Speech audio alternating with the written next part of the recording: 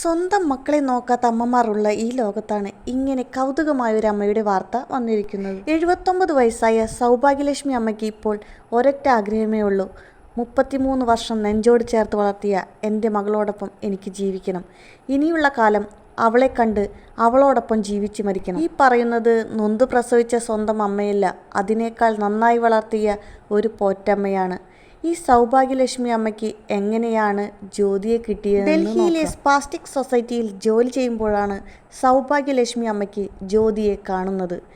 7 വയസ്സുള്ള ജ്യോതി വളരെ അവശയായ ഒരു കുട്ടിയായിരുന്നു. 7 കിലോ മാത്രം തൂക്കം, ചലനശേഷി തീരെ ഇല്ലാത്ത കാലുകൾ, സംസാരിക്കാൻ കഴിയില്ല, ഇഴഞ്ഞ് നടക്കാൻ പോലും ആ കുട്ടിക്ക് ആകുമായിരുന്നില്ല. എന്നിട്ടും ഭിന്നശേഷിക്കാരിയായ ആ കുട്ടിയെ വളർത്താൻ സൗഭാഗ്യലക്ഷ്മി അമ്മ തീരുമാനിച്ചു.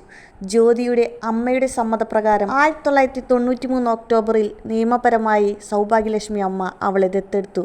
അന്നു മുതൽ അവൾ ആ അമ്മയുടെ മകളായി, ജീവൻ്റെ ജീവനായി. ആ അമ്മ മകളുടെ കാലുകൾ ശസ്ത്രക്രിയയിലൂടെ നിവർത്തി. എന്നാലും ജീവിതകാലം മുഴുവൻ മകൾ വീൽ ചെയറിലാകുമെന്ന ആ സത്യം ആ അമ്മ തിരിച്ചറിഞ്ഞു. മകളുടെ പരിചരണത്തിനായി സൗഭാഗ്യലക്ഷ്മി അമ്മ തൻ്റെ ജീവിതം തന്നെ മാറ്റിവെച്ചു. താമസ സൗകര്യമുള്ള ഡൽഹിയിലെ ചെഷയർ ഹോമിൽ ജോലി ചെയ്തു. മകളെയും ഒപ്പം താമസിപ്പിക്കാമെന്നതാണ് ആ അമ്മ ആ ജോലി തിരഞ്ഞെടുത്തത്.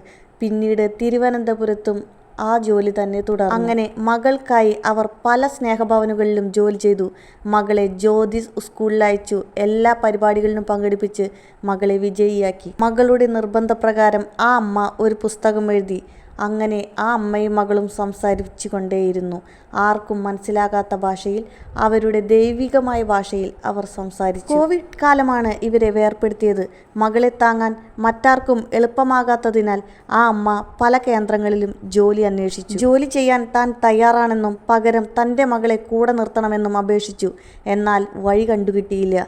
അങ്ങനെ മകളെ പത്തനാപുരത്തെ കേന്ദ്രത്തിലേക്ക് മാറ്റേണ്ടി വന്നു. അതോടുകൂടിയാണ് ഇവരുടെ ലോകം രണ്ടായി മാറിപ്പോയത്. മകളെ കാണാതെ ആ അമ്മയ്ക്ക് ഉറക്കമില്ല.